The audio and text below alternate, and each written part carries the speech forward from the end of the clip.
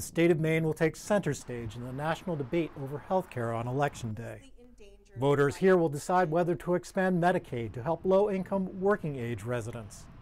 Results from this picturesque but struggling state could be a bellwether as battles continue over former President Barack Obama's health care law.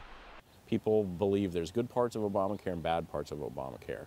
And without taking Medicaid expansion, we are leaving one of the good parts on the table and while still suffering from the bad parts of it. Maine is among 19 states that refuse to expand Medicaid under the Affordable Care Act. Expansion proponents say it could help insure 70,000 Maine residents under age 65. People like Bethany Miller's 25-year-old son, Kyle Wilson. Had Kyle had health insurance, he would still be here today. Kyle had type 1 diabetes.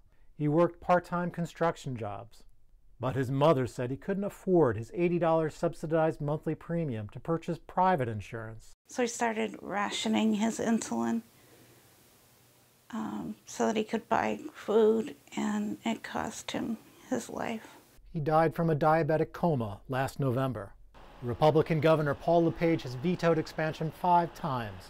We in Maine know what our needs are better than people here in Washington. He and his allies argue that expansion would require the state to spend millions that could otherwise go to help children, the disabled, and the elderly. This is for non-disabled adults who are able to work, people who have other choices. Maybe difficult, I understand, but there are other options out there that we can do to help them. This is going to create a budgetary nightmare that I don't know that the state will survive. As Maine prepares to vote, organizers in Idaho and Utah say they'll seek similar ballot initiatives next year. Efforts to alter the healthcare law may languish in Washington, but states like Maine are still grappling with the issue. Michael Hill, Associated Press.